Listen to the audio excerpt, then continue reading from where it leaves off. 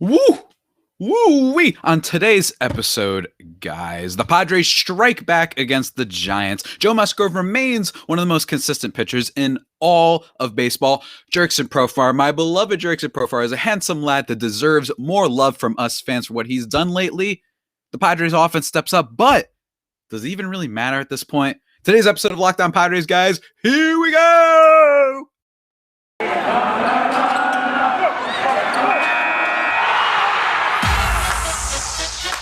You are Locked On Padres, your daily San Diego Padres podcast. Part of the Locked On Podcast Network, your team every day.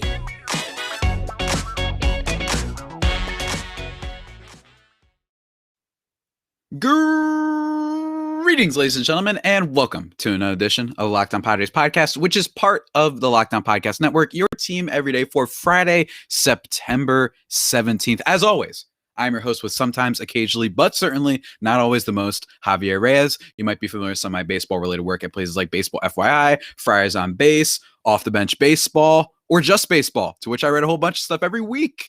And I podcast, I do TikToks, all crazy stuff over there. Or if maybe pop culture is your thing, I've also written at places like Nerdist, Mental Floss, Inverse, Film Cred, Bloody Disgusting, and more. And hopefully many more to come. But most importantly, guys, of this here Locked On Padres podcast, you can check out and follow the Twitter page for the show, which is at LO_Padres, or my personal account, which is at Javipeno, JAVIIPENO, or check out the newly launched YouTube page, Locked On Padres, which you can find in the podcast description and wherever. You'll find links. If you want to find it, you'll find it. I trust you guys out there. Today's episode is brought to you by Spotify Green Room. Download the app and join me tonight, actually Friday, tonight for the beginning of the Cardinals-Padres game, which is, let me just check here to be sure, 8:15 Eastern time. Going to be talking about that game a little bit, giving more of my thoughts about the Padres. And heck, maybe if you want to talk to me about fantasy football, go right ahead. But mostly baseball, guys. So be sure to join that. Spotify Green Room, changing the way we talk sports. And for today's episode, guys, for once, I'm actually slightly happy with the Padres, because we are coming off of two victories. Yesterday, we talked, go check that out, with Ben Kaspick of Locked On Giants, where we basically just discussed kind of the season more as a whole, more of an overall view of the season about how the Padres have declined and how the Giants have inclined and been so incredible throughout the whole season, but especially the second half, they've just taken off for sure. So we talk about that. We broke that down. But today, that means as a result, I didn't cover yesterday's game, so we're going to talk about that game. Then we're going to talk about wait, hold on. Let me make sure I get this right. Yesterday's game we're going to talk about, and the game from 2 days ago we're going to talk about. And then I'm going to be talking about a little bit of the stuff I've noticed from those two games in terms of just what it might mean going forward and how I feel about this upcoming Cardinals series. And again, whether it even kind of matters at this point. I've been saying this for a while now, and whether or not like it's too little too late. We'll have to see. Guys. But let's get into it. Let's start with Wednesday's game. Which, look, I will just say this. Even if the Padres had lost this game, at least it was entertaining. At least it was good baseball. You know what I'm saying? I can't even begin to express how many times I've watched the Padres just play these games where, all right, they finally get a runner on base and it's a first pitch ground out or a first pitch pop fly, right? There's almost like no plate discipline. And I know that isn't necessarily backed up by the stat. They're still a good on-base percentage team. In fact, among all teams in Major League Baseball, their on-base percentage ranks 10th, which isn't too bad. It's not, like I said, it's 10th. It's not like they're the best in the league or anything, but it's not the worst. It's not the worst in the league, but they're kind of mediocre in a whole bunch of other categories. For sure. And one thing I think that's pretty funny actually about the Padres is, let's see here, batting average against. No, never mind. I thought that said something differently. I thought it said that their batting average against was like second in the league. I was like, what the heck? The pitching has not been that good lately. But anyway, enough of the stats. So it was just nice to see this. The Padres win Wednesday's game by a score of 9-6 on the back of Sir Joe Musgrove, ladies and gentlemen. He goes 6 innings in this game, only giving up 3 runs on 5 hits, walking 3, striking out 4. A little bit, didn't love the walks there. However, this is a really, really good Giants team. And Joe Musgrove isn't the type of guy that goes out there and wipes out the side. This isn't Max Scherzer, unfortunately. This isn't, 2018 Verlander or Garrett Cole or Jacob deGrom, but he's a very, very good pitcher and more than qualified as basically the number one of this team right now. And he looked good. He looked good. There were a couple of runs he obviously allowed. Like I mentioned, he allowed 3, and they came off of, let me just check again really quickly to make sure I get it right here. Yeah, an Evan Longoria double, and a Thairo Estrada homer, and a Chris Bryant homer. The Chris Bryant home run almost made me nervous that he wasn't going to get the quality start for my fantasy team purposes. But I will say that the Giants are such a disciplined team. So anytime you have just a quality start, as long as you don't get absolutely torched by them, for me, that's impressive. And especially when you just take into account that every pitcher is kind of due at some point for a bad start. Joe Musgrove still doesn't do that. In fact, he's been one of the most consistent pitchers in all of baseball. I mean, if you just look at his first and second half splits on the year, his ERA for the first half of the season was 2.93, and right now 3.07. That actually might have gone a little bit lower, if I'm not mistaken, unless the stats haven't updated, for example. But the only thing that's really been different is that his whip is slightly higher in the second half, and that his K per 9 has gone from 10.6 to 9.1 in the second half, which is still solid. 9.1 is still very, very solid. Like I said, just because he's not Garrett Cole and racking up 300 strikeouts a year is not a bad thing. He's so consistent, has such great control of his sliders, of his curveball, that we just love him. We just love him. You can always feel like you can go out there and expect good games from him. Really, the last bad start that he had that I remember was against the D-backs when he gave up, like, let me see here. Let me see if I can even find how many. That was such a random, like, bad start for Musgrove, whatever it was. I can't even find it right now. Let me see. This is such bad content, guys. I'm sorry. It was back in August 14th when he gave up 6 runs on 10 hits. And he doesn't give up a lot of hits either. Usually if you're scoring off of Joe Musgrove, it's like the Thairo Estrada home run and the Chris Bryant home run. But anyway, more on the terms of the game. Like I said, they scored 9 runs. A lot of this game was kind of dominated by the Padres from the beginning for the most part. And Adam Frazier goes 4 for 5 in this game with 2 ribbies, which is nice. Adam Frazier, total disaster for the Padres. Absolutely. Basically every way. He has not been good for the team whatsoever, but I'm just happy that he's at least delivering at this point. And then you also get some RBIs from what's their faces. Manny Machado. That's right. A ground rule double for Manny Machado. I'm getting mixed up because for some reason on my notes, I forgot to label which one was Wednesday's game, which one was Thursday's game. And since I'm doing this live on YouTube, it's a little bit harder. I can't just like pause and all that stuff. So sorry about that, guys. But Manny Machado gets an RBI in this game. Eric Hosmer manages to drive in a run, which was really fun. And Jurickson Profar, who we have to talk about for a quick second. He hits a home run in the top of the 7th inning, making it 7-3, which actually was kind of huge because it was only a 5-3 game. It does not give you ease when it comes to the Padres. Their bullpen has not been as good in the second half as it was in the first half, but a nice home run from Jurickson Profar, making it 7-3. Then a little bit more from Trent Grisham with a sac fly and a Will Myers single. Will Myers, who I've mentioned before, been very solid. Not great defensively, but he hasn't been exactly killing the team. He's just been a slightly above average player, I basically would argue. And that's one of the things that I've been arguing about for the Padres for a while now. I've been mentioning that we need more guys like that type of Will Myers guy, a guy who's going to be solid at the plate. You don't have to be Tatis. You know why? Because we have Tatis and we have Manny Machado. I trust those guys. I'm just annoyed that guys like Cronenworth and Trent Grisham and Tommy Pham and Adam Frazier, that they've all become below average. First, there's a star. First, there's Tatis. Then there's Machado right under that. Then there's, 50 feet of crap. And then there's Adam Frazier and Tommy Pham. You know what I'm saying? Like, it's been really disastrous. I just need something in that middle ground area.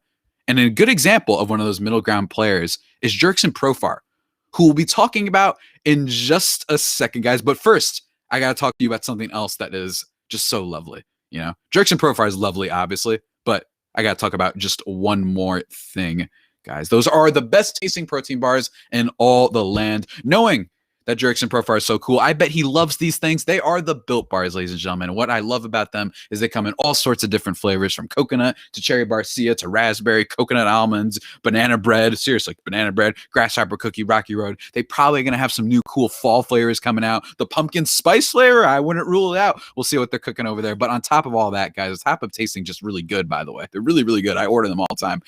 They're healthy for you. 17 to 18 grams of protein, calories ranging from 130 to 180, only 4 to 5 grams of sugar, and only 4 to 5 grams net carbs. Amazing flavors, all tasty, all healthy.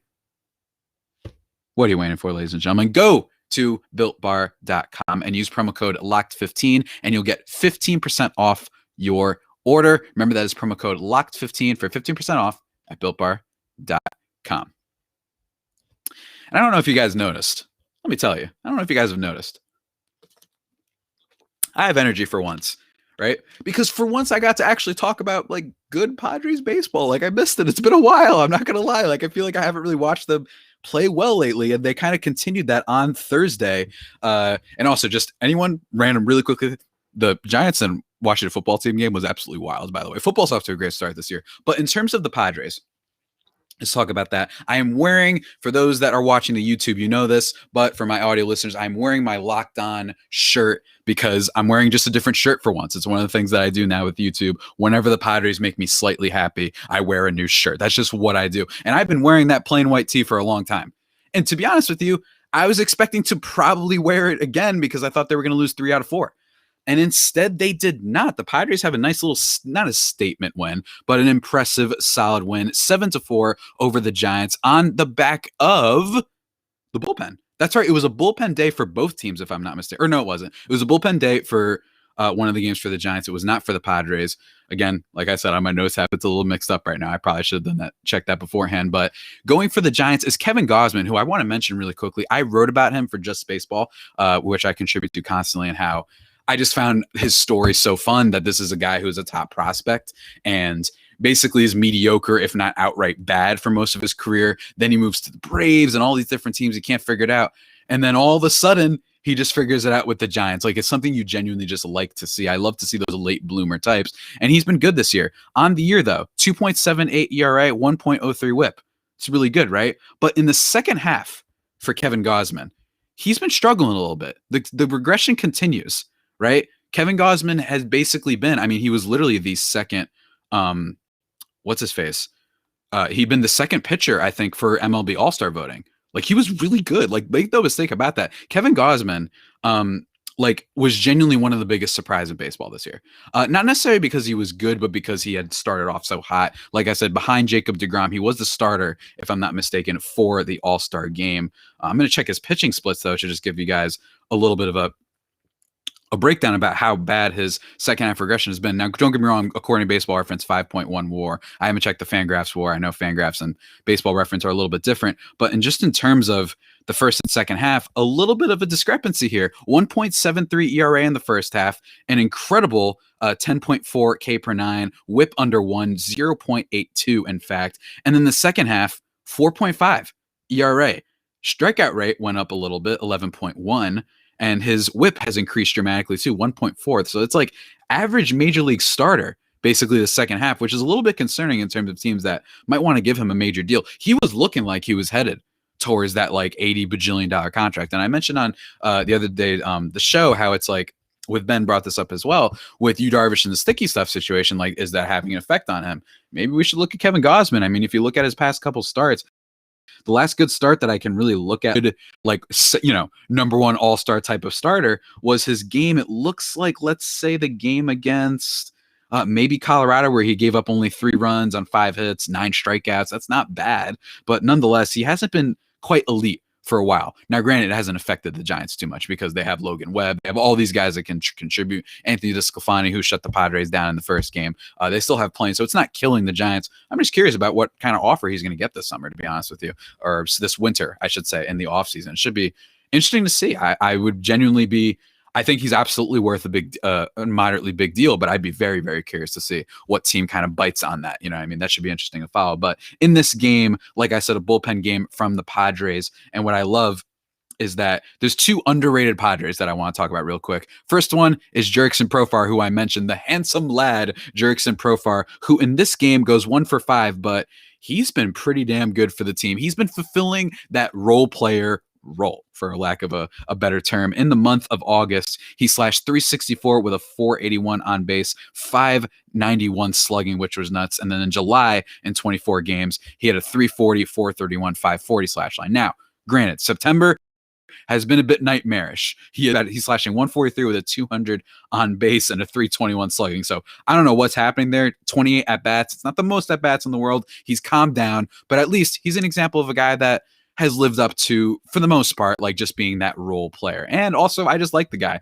I love his smile. I like his energy. I think him and Tatis get along whenever I see them in the clubhouse. There seems to be good mojo there. So it's really cool. And there's this fun stat that Dennis Lin actually put out. heading into this game. Over his last 9 plate appearances as the Padres leadoff hitter, Jurickson Profar has seen 55 pitches. I should say had seen 55 pitches, recorded 3 hits, and scored 3 runs. So I'm just curious, is it possible that Jurickson Profar should be experimented with a little bit more in that leadoff role spot? I want to say add another thing on that, by the way, before we get into the game. I know I'm going a little bit back and forth with topics, but I think it's interesting. Someone pointed out that basically one of the questions I get a lot is, do you think that the tinkering with the lineup is a little bit much? The tinkering with the lineup, how it seems like it's all out of whack all the time and it changes all the time. And to that, I say maybe. I think that in general, it's always mix and match. These guys know more than us. Because it also, and someone made a good point where it's like when you look at the overall different lineups that you've seen this year, I think it was Craig Elston actually of the Padres Hot Tub. Go check out that podcast as well. They kill it over there. Shouts to those guys.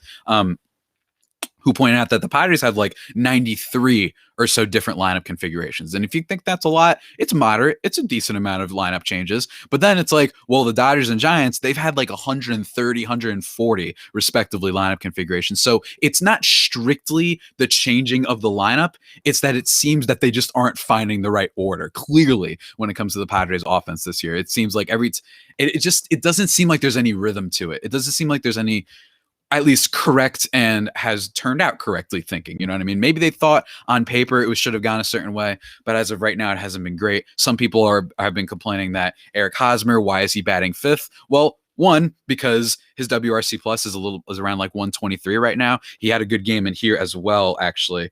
Or no, he didn't. He had a good game on. God damn, I messed up again. He had a good game on Wednesday, but in this game he goes 0 for 5 with 2 strikeouts, if I'm not mistaken. Yes, he goes 0 for 5. But like he actually hasn't been the worst offensive player. He's not like the worst player in a vacuum on the Padres right now. And in fairness, it's not like Adam Frazier and Ha-Seong Kim have made the case that you need to just bench Hosmer or send him to the sun, as everybody keeps joking. So like that I will say about the Padres is that people forget that there are other reasons why Haas is the 5th batter. If anyone else was stepping up, if Adam Frazier was the all-star that we thought we were getting, might not be impossible that they were like, you know what, screw the money. We're benching you, Haas, or we're at least not playing you nearly as much. But in this game, I also want to mention Nabil Crismatt for the Padres. He gets the win. He earns the win. Granted, win isn't the greatest stat in the world to judge how good pitchers are, but he's a solid pitcher, man. And I call him a sacrificial lamb type of pitcher. It's basically the nickname that I use for every middle long reliever, whether it's because it's a bullpen day or whether it's because your team is getting blown out and you had to take out the starter early. Nabil Crismatt's kind of like the number one guy for that role for the team. He goes 4 innings in this game, giving up 3 hits, no earned runs though, walking 1, striking out 1. His K rate is not that impressive, but he doesn't give up too much crazy stuff, man. I mean, over his last bunch of games, and I'm looking at 5, 7, 8, 11, or 8, 10. So 10 hits over his last 4 plus 0.2, 4 hits, whatever how many hits over his last bunch of innings. He's not getting rocked all that much, which is what I appreciate for this type of sacrificial lamb role. And he deserves a little bit of credit too. Early on in the season, everyone was like, I hate this guy and blah, blah, blah. And this is what happens with relievers sometimes. We hate on them for their few instances. It's why Craig Stammen is a little bit of a cursed name among Padres lore for so long, even though he's really not that bad. You know what I mean? When you look at just the totality of relievers in baseball right now. And you know what else is not that bad either? At least when you do it correctly, I should say. This is a bad transition. Let's just go on. Let's just keep moving. We're back and better than ever when it comes to football, guys. All right, we got the baseball going, but let me talk to you about football for a second on the gridiron as teams are back to start another season. And as always, BetOnline is your number one spot for all the pro and college football action this season. They've got updated odds, different contests and props. They've got everything you need. Head to the website, use your mobile device to sign up today to receive your 100% welcome bonus. That's double your initial deposit just for signing up. That's right. Pretty cool. I think it's pretty cool. Don't forget to use the promo code, guys, NFL 100. And they also, of course, they've got basketball. They've got your lovable baseball. Even when it doesn't always love you back, they do have baseball stuff. They got props and contests for everything. So, guys, what are you waiting for? Go to BetOnline and also use the promo code Locked On when you're on there as well. BetOnline, your online sportsbook experts, guys. And one more thing. Just one more thing.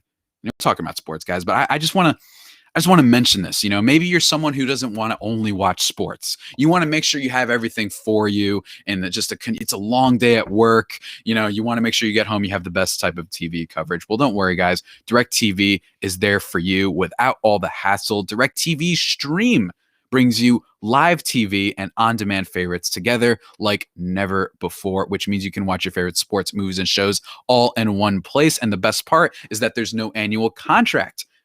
That's right. That's a big part. So stop waiting and get your TV together with DirecTV Stream. You can learn more at directtv.com. Remember, directtv.com to learn about DirecTV Stream, guys. And let's keep it moving. But first a little sip of water, by the way. Got to stay hydrated. And let me tell you, it's important to stay hydrated because the Padres, man, they were dry for a while, ladies and gentlemen. It is nice to see that the Padres bounce back and that they split this series against San Fran. We still got them a couple more times, though, so we're not out of the woods yet. And in fact, guys, I mean, look, I mentioned at the top of the episode, look, I mean, I don't want to say that this meant nothing to me.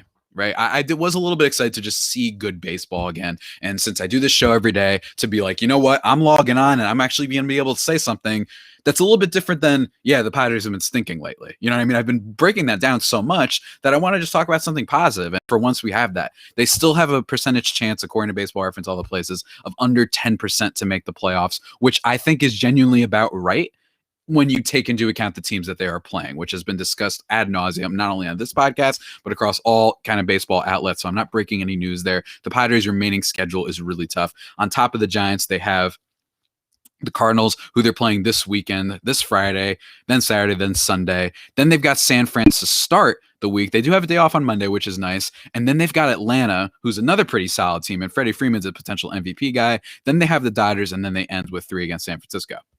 Now, it is true that I wouldn't rule them out completely, the Padres making it, because the biggest reason is really because the Reds and the Mets, whoever might get that wild card spot, they seem just totally out of it. They just don't seem at all like they want to earn that spot either. I mean, the Reds are out here they almost got swept by the Pirates, ladies and gentlemen. That's right. They won 1-0.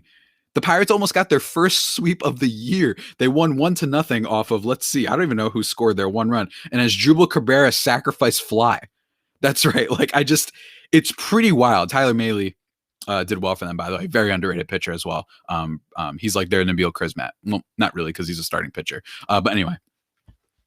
So I would have loved it the Pirates got that, but them winning those couple games is more than enough in helping the Padres kind of remain afloat in this race. When you look at the wild card standings right now, they are a half game back of St. Louis, 76-70, while St. Louis is 76-69. So big series this weekend. Obviously, we can overtake the Cardinals potentially, and then the Cincinnati Reds are 1 game behind the St. Louis Cardinals. They have 76 wins. Sorry. Give me a second, guys. Give me a second. It's the Philadelphia Phillies that are 2.5 games back, and then the Mets are 5 games back. So it's very unlikely at this stage that the Mets can make it, especially because they've been losing so much lately. They had a little cutesy little streak, but now they're 72-75. It just looks unlikely. The Lindor moment from this past weekend was really, really fun when he hit the 3 home run game and was bad mouthing Aaron Judge and all that, or not Aaron Judge, Giancarlo Stanton. That was fun, but for the most part, they're probably out of it, especially with DeGrom out.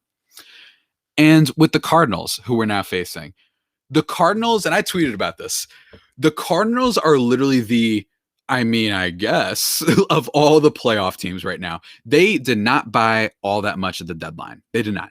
They went out and signed John Lester, and then they traded for John Lester, and then they went out and got J.A. Happ, who all of a sudden have been decent contributors for them. That's the hilarious part. Nolan Arenado is hitting bombs right now. He's got, I think, 31 home runs on the year, more than our boy Manny Machado. Yes, I know his walk rate is down, and I know that his defense hasn't been as good. But still, I mean, he's heating up at the right time for that team. Dylan Carlson is a very solid rookie, maybe not a superstar. He has not been Jonathan India of the Reds, and he has not been Trevor Rogers or some of these other guys, right? But he's a pretty solid player over there. And then you've still got the leadership skills and catching, potential Hall of Famer of Yadier Molina, Puerto Rican power, of course, guys. They've got some good players on the team. Paul Goldschmidt seems to be heating up just a little bit. They've got some really good players. And I think that this is going to be a very interesting series. The last time the Padres played them, if I'm not mistaken, they actually swept them. And it's funny because the last time the Padres played them was kind of because early on in the season, the Padres offense was basically non-existent. If you guys don't remember, basically for the beginning of the year, the only thing that was exciting about them was the Joe Musgrove no-hitter, right? That was so much fun on that lovely Friday, April 9th. And then they kind of were losing a bunch of games. They lost 2 out of 3 against the Dodgers. Then they got swept by the Brewers, who turned out to be amazing, obviously. And then they won 3 out of 4 against the Dodgers. Then they dropped a couple dumb ones. They started losing to San Fran. They lost some questionable ones to Pittsburgh, lost 2. Then they lost 1 to Colorado, if I'm not mistaken. And then Friday, May 14th, which I hold very dearly to myself because it was when I visited one of my friends in the city. It was the first time I went to their new place. It was great. And then they win 5-4 on Friday, then 13-3 on Saturday, then 5-3 on Sunday. And that's back when Chris Paddock wasn't pitching well. They had some injuries. I'm pretty sure they didn't even have most of their starting players at the time. So the Cardinals actually signify, I should say, like the beginning of the Padres reverting back into the elite team that they were. Of course, that has all gone downhill. But at the time, they were kind of the get right team. So is it possible that history repeats itself here? I don't know. Because I'm not all that scared of the Cardinals as a team. Like on paper, they don't necessarily intimidate you that much. It's more of the organization, right? The organization of the Cardinals scares you more. They are always consistent, always steady. They never really have a bad season. Last year, even, they made the postseason and they almost beat us. Granted, it was a 2 out of 3 sort of playoff draw, but nonetheless, they still almost beat the Padres, despite being one of the lowest slugging percentage teams in the entire league. Literally all they had was Paul Goldschmidt. That was it that year. That's all they had. And then this year, just in terms of their stats right now, I'm going to look at them. I forgot to check that. Just in terms of their stats this year, slightly better when it comes to all that. In home runs and slugging, they're 20th and 21st, which isn't that great, but it's a little bit better than last year. They were literally like 29th and 30 in those categories. Batting average on base, 14th and 19th, respectively. And then their earned run average is 14th, batting average against 7th, and walks plus hits per innings is 17th. So a very meh team. You know what I mean? Not a great team. They have some big names on there. Jack Flaherty's hurt right now, but it's definitely a team that scares you because of that Cardinals logo, man. You see that thing and you're like, oh no, they're going to find a way into this, aren't they? We're going to see. I'm going to be watching all the games. I'm excited. I'm at least amped to be like, there will definitely be a lot to talk about on Monday. Because if the Padres got swept this weekend, that could be doom. It could be doom because this is one of their big competitors. I am not scared of the Mets. I don't think that they're going to make it. I just think it's too much, man. They're 72 and 75. They're not making the playoffs, even if they haven't been, scientifically eliminated. Philly, the only thing about Philly right now is just whether or not Bryce Harper can keep up his unbelievable streak, because he really is looking more and more like the MVP, like every single day. We're going to see, because if the Padres make the playoffs, they might give it to Tatis just because of that, especially if he performs better. So we're going to have to see how they perform.